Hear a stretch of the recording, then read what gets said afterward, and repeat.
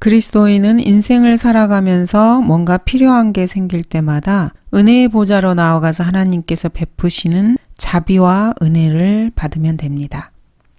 인용한 성경은 한글 킹제임스 성경입니다. 은혜의 보좌에 나아가서 생의 필요를 얻는 그 은혜는 구원받을 때 받는 은혜와는 다른 은혜입니다. 그리스도인이라면 이미 하나님의 은혜로 구원받은 사람입니다. 그러므로 살아가면서 받는 은혜는 그리스도인이 받은 구원 위에 그 이상으로 지속되는 하나님의 광범위한 은혜를 말합니다. 일상의 삶에서 어려운 문제에 닥칠 때마다 그리스도인은 하나님의 이 풍성한 은혜를 받기 위해서 은혜의 보좌로 나아가 하나님 앞에 엎드리게 됩니다.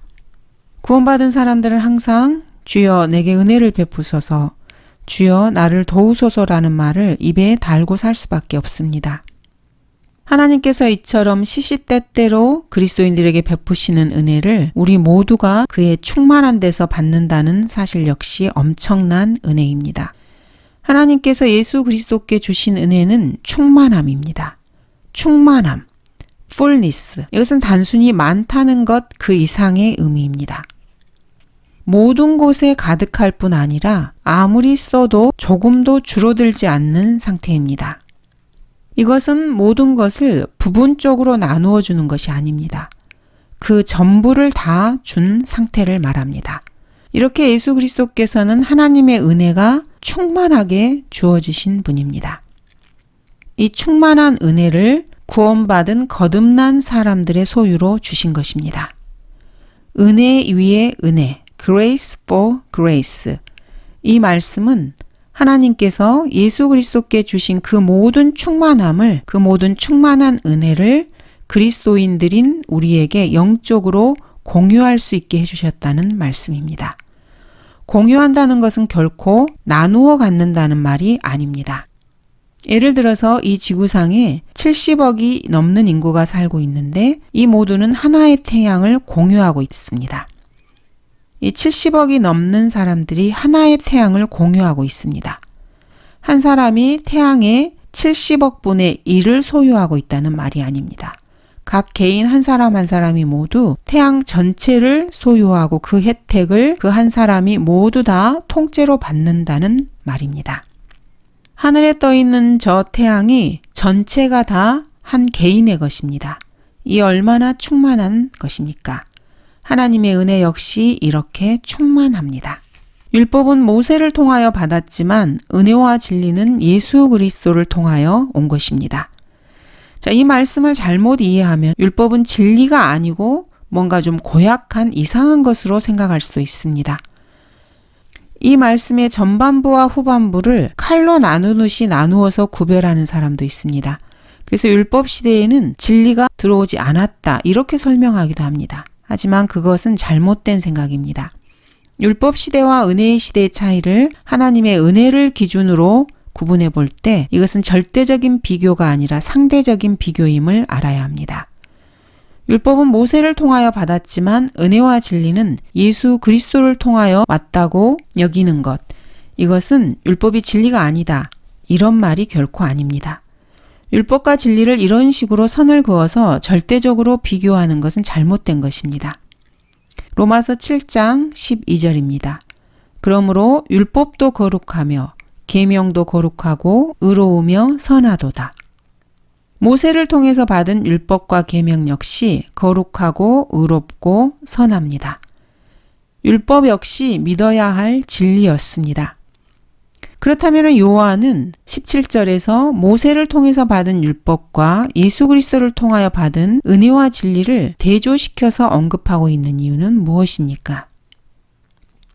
그 말은 모세를 통해서 받은 율법이 최종적인 진리가 아니었다는 말입니다. 율법은 진리는 진리이지만은 그 자체로서 완성된 완전한 진리는 아니었습니다. 율법은 사실 온전한 진리의 서막이라고 할 수 있습니다. 온전하고 최종적인 진리는 예수 그리스도를 통해서 바로 세상에 들어오셨습니다. 그래서 예수 그리스도께서는 내가 율법이나 선지서를 폐기하러 온 줄로 생각하지 말라. 폐기하러 온 것이 아니라 이루려고 왔다고 말씀하십니다.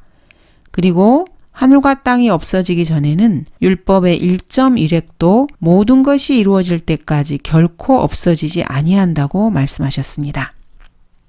하나님의 은혜는 각 시대에 걸쳐서 계속해서 이어져 내려왔습니다. 율법 시대에조차도 하나님의 은혜는 존재했습니다. 아담이 살았던 아담의 시대에는 구원이 행위로 인한 것이었습니다. 하지만 그 시대에도 하나님의 은혜는 있었습니다. 율법이 나오기 이전의 구원 역시 하나님의 은혜로 인한 것이었습니다. 율법이 생기고 나서 구원은 믿음과 행위로 이루어졌습니다. 지금 이 시대에 교회 시대에는 다시 은혜로만 구원을 받습니다. 대환란이 되면 다시 믿음과 행위로 구원을 받게 됩니다. 그리고 천년왕국 때에는 오직 행위로만 구원을 받게 됩니다. 이것은 세대별로 나누는 경륜입니다. 그러나 하나님의 은혜는 어느 시대에나 다 있었고 하나님의 은혜가 나타나지 않은 시대는 단 한 시대도 없었습니다. 하나님의 은혜가 아니라면 인간은 어떠한 방법을 써서도 결코 구원을 받을 수 없기 때문입니다. 하나님의 은혜와 진리는 예수 그리스도께서 이 땅에 오심으로 인해서 그 충만함이 온전하게 드러났습니다. 우리는 지금 그 충만한 은혜 가운데 살고 있습니다. 아무도 어느 때나 하나님을 본 사람이 없지만 아버지의 품 안에 계신 독생자, 그가 하나님을 특별히 밝히셨느니라. 하나님께서는 혼, 즉 소울이시기 때문에 그 누구도 하나님을 본 사람이 없습니다. 이스라엘이 출애굽할 당시에 사람들이 보았던 하나님은 사실은 주의 천사였습니다. 아버지의 품 안에 계신 독생자, 즉 예수 그리스도께서 하나님을 분명히 밝히셨습니다. 아버지의 품 안에 계신 독생자라는 이 표현은 현재 시제로 되어 있습니다. Which is in the bosom of the Father. Which is 현재 시제입니다. 예수 그리스도께서는 과거에 하나님의 품 안에 계셨던 그런 독생자가 아닙니다. 과거뿐만 아니라 현재, 미래에도 아버지의 품 안에 계신 현재 시제로 되어 있는 독생자입니다. NASV, 즉 New American Standard 버전인 새 미국 표준 역본에서는 이 독생자라는 뜻의 The Only Begotten Son을 The Only Begotten God로 변개시켰습니다. Son, 아들을 God, 하나님으로 변개시킨 것입니다. 아들 대신에 하나님이라는 말을 집어넣음으로써 이 두 구절에 두 하나님이 있는 것처럼 만들어 놓았습니다. 그렇게 해서 독생자이신 예수 그리스도께서 하나님을 분명히 밝힌 이 성경의 사실을 왜곡하고 어떤 한 하나님이 또 다른 어떤 하나님을 설명하는 식으로 만들어 놓았습니다. 성경을 엉망진창으로 만들어 놓은 것입니다. 이것이 바로 여호와의 증인들이 사용하는 공식 가르침이자 성경입니다. 그런데도 근본주의를 표방하고 구원받았다고 하는 그러한 신학교의 신학자들과 목사들이 이 American Standard 버전, New American Standard 버전을 추천하고 있습니다. 이들은 자신도 모르게 두 하나님을 믿고 있는 자들입니다. 어떤 사람이 이렇게 나타나서 예수 그리스도께서 하나님의 아들이시니까 그분 또한 하나님이신 것을 믿나요? 이렇게 그리스도인들에게 질문을 합니다. 그러면 당연히 그리스도인들은 그렇습니다 라고 말을 합니다. 그분이 바로 육신을 입고 오신 하나님이신 것을 믿습니까? 또 이런 질문을 합니다. 그럼 당연히 그렇다고 말합니다. 그러면 그 사람은 그 하나님과 이 하나님, 두 하나님이 계시네요? 이렇게 하면서 그리스도인의 눈치를 살핍니다. 당연히 그리스도인이라면 아니요 라고 단호하게 말하기 마련입니다. 성경대로 믿는 사람들은 당연히 두 하나님을 믿지 않습니다. 성경대로 믿는 사람들은 모두 제정신을 갖고 있는 사람입니다. 그래서 그 누가 빙빙 둘러서 미혹시키는 말을 한다 할지라도 결코 거기에 말려들지 않습니다. 예수 그리스도께서는 삼위일체이신 하나님의 인격이 육신으로 나타나신 분입니다. 예수님은 결코 다른 신이 아닙니다. 비록 하늘에나 땅에나 신들이라고 불리는 많은 신들과 많은 주들이 있어도 우리에게는 오직 한 분 하나님 아버지가 계시니 만물이 그분께로부터 났고 우리도 그분 안에 있으며 또 한 분 주 예수 그리스도가 계시니 만물이 그분을 통하여 있고 우리도 그분을 통하여 있느니라. 오직 한 분 하나님, 아버지가 계십니다. 또 한 분 주 예수 그리스도가 계십니다. 두 분 하나님이라는 말은 그 어디에도 없습니다. 이러한 하나님을 분명히 밝히셨습니다. 분명히 밝히셨다는 말씀은 눈으로 보고 귀로 들을 수도 있도록 분명히 모습을 드러냈다는 그런 말씀입니다. 요한복음 1장 19, 20절입니다. 또 이것이 요한의 증거라. 유대인들이 예루살렘에서 제사장들과 레위인들을 보내어 그에게 묻기를 내가 누구냐고 하였더니 요한이 시인하고 부인하지 아니하였으니 시인하기를 나는 그리스도가 아니라 하더라.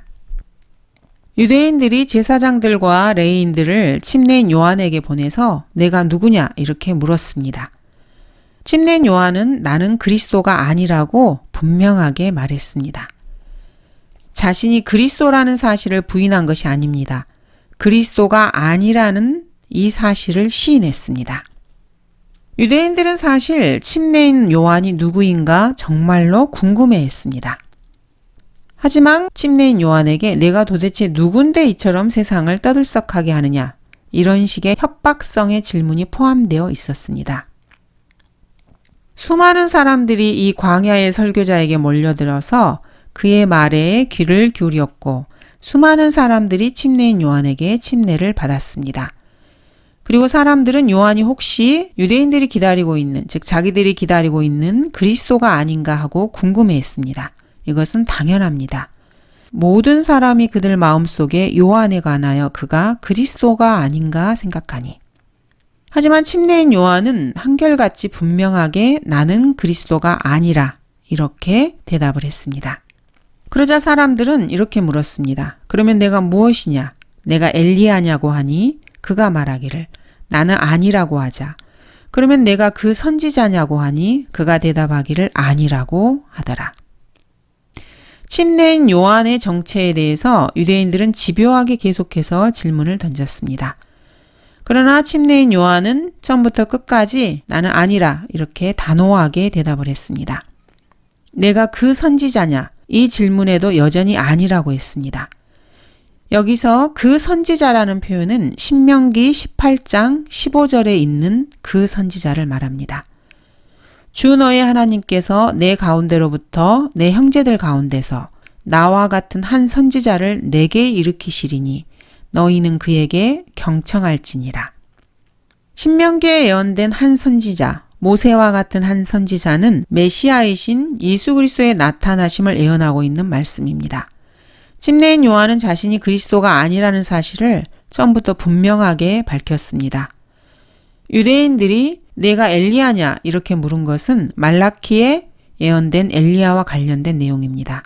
주 예수 그리스도, 유대인들이 기다리고 있었던 메시아 이전에 엘리야가 온다고 성경에 예언되어 있었기 때문에 침례인 요한에게 이러한 질문을 한 것입니다. 보라, 내가 주의 크고 무서운 날이 오기 전에 선지자 엘리야를 너희에게 보내리니. 메시아가 오시기 전에 엘리야가 먼저 온다는 예언이 성경에 기록되어 있습니다. 그래서 유대인들이 침례인 요한에게 내가 엘리야냐라고 물은 것은 당연한 질문입니다. 이 예언에 따라서 유대인들에게 선지자가 다시 나타날 것이고 그 선지자가 엘리야일 것이라고 예상했기 때문에 이런 질문을 하는 것입니다. 엘리야는 주님께서 오시기 전에 주님의 길을 예비하는 선지자입니다. 22절에서 23절입니다. 그러므로 그들이 그에게 말하기를 내가 누구냐? 우리를 보낸 자들에게 가서 답변하게 하라. 너는 내 자신을 무엇이라고 하느냐고 하니 그가 말하기를 나는 선지자 이사야가 말한 것처럼 주의 길을 곧게 하라고 광야에서 외치는 자의 음성이라고 하더라. 사람들은 침례인 요한에게 와서 자기들을 보낸 사람들에게 무엇이라고 답변해야 할지 답을 해달라고 침례인 요한을 붙들고 늘어집니다. 자, 침례인 요한이 여기에서 무엇이라고 말을 했습니까? 요즘 시대에 유행하고 있는 목사들과 같은 답변을 했습니까? 이 시대에 큰 대형 교회를 운영하고 있는 목사들에게 이런 질문을 했다면은 그 목사는 아마 이렇게 대답했을 것입니다. 나로 말하면은 이 나라에서 가장 큰 교회를 운영하는 목사로 1년에 3,000명도 넘는 사람들에게 침례를 주고 교회 버스가 거의 80대에 달하고 여러 곳을 돌아다니면서 선교 활동을 하고 교회 자산만 해도 수십억이 넘고 작년에 교회 출석 교인 수를 다 이렇게 늘리는 운동을 해서 주일날 예배 참석 회원만 해도 2,000명을 넘었고 그리고 또 기타 등등 아무튼 나는 모든 면에서 정상을 달리고 있는 땡땡교회 목사 이런 식으로 아마 말을 했을 수 있습니다. 침례인 요한은 무엇이라고 말을 했습니까? 사실 21세기를 살아가고 있다고 하는 침례교 교회 목사들은 침례교의 족보도 제대로 알지 못하고 있는 사람들입니다. 침례인 요한이야말로 이 시대의 그 어느 목사보다도 훨씬 많은 사람들에게 침례를 베풀었던 사람입니다.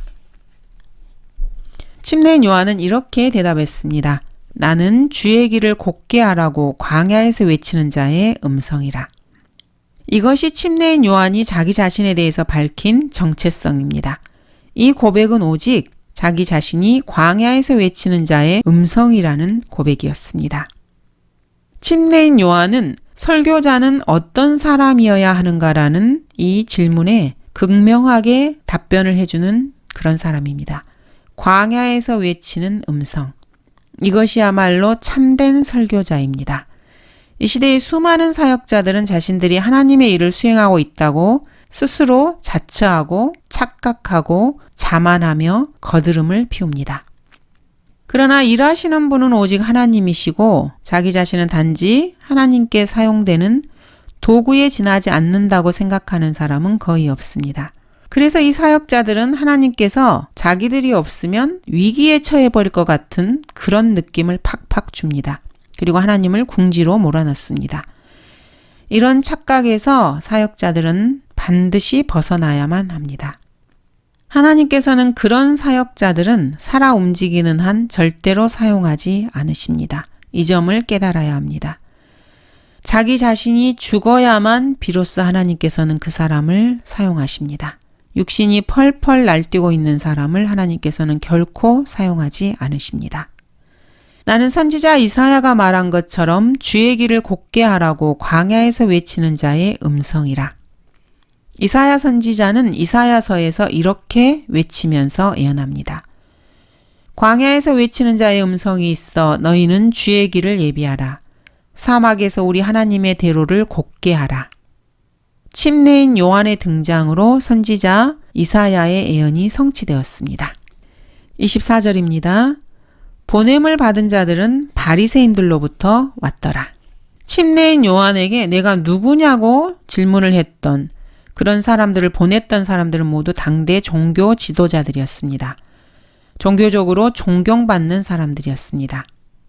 그러나 이 사람들이 영적으로 깨어 있어서 성경 말씀에 진심으로 주의를 기울였다면 침례인 요한을 보고 그가 누구인지 당장 알았을 것입니다. 그리고 침례인 요한의 뒤를 이어서 주 예수 그리스도께서 오시리라는 것도 충분히 짐작할 수 있었습니다. 이 사람들의 손에는 이미 선지자의 예언들이 상세하게 기록된 성경이 있었습니다. 종교놀이를 하는 사람들은 하나님의 말씀 따위에는 관심이 없습니다. 그래서 영적으로 참으로 무지하고 시대의 표적을 제대로 알아보지 못하며 아무것도 깨닫지 못하는 영적 소경들입니다. 침례인 요한의 시대나 지금 이 시대나 마찬가지입니다. 종교 지도자들이 영적 소경인 것입니다. 침례인 요한은 그 당시에 유식한 종교 지도자들 밑에서 무슨 신학 공부를 한 것도 아니었습니다. 학교에서 교육을 받지도 못했습니다. 그렇지만 영적으로 깨어있는 사람이었고 말씀에 귀를 기울이고 있었던 것은 분명합니다. 그러한 요한에 대해서 주 예수 그리스도께서는 훗날에 그를 가리켜서 진실로 내가 너희에게 말하노니 여자에게서 태어난 사람 가운데 침례인 요한보다 더 큰 사람은 없다고 말씀을 하셨습니다. 구약 전체의 선지자들 중에서 요한이 가장 큰 선지자인 것입니다. 그러나 이 시대의 교회 시대에 거듭난 그리스도인에 비하면은 그리스도인들 중에서 가장 작은 자이라도 침례인 요한보다는 더 큰 사람입니다. 더 위대한 사람인 것입니다. 왜냐하면 주 예수 그리스도의 보혈을 통해서 거듭나고 하나님의 자녀로 입양되었으며 주 예수 그리스도의 몸의 지체가 되었고 그 안에 성령을 소유한 사람이 바로 이 교회 시대의 그리스도인이기 때문입니다. 자기 자신이 아무리 미천하고 보잘것없게 여겨진다 해도 하나님 보시기에 예수님의 피를 통해서 구원받은 사람은 구약에서 가장 위대한 선지자였던 침례인 요한보다도 더 위대한 사람인 것입니다. 여러분이 그리스도인이라면 그리스도인의 신분과 그 정체성에 대해서 확고한 입장을 취해야 합니다. 감사합니다.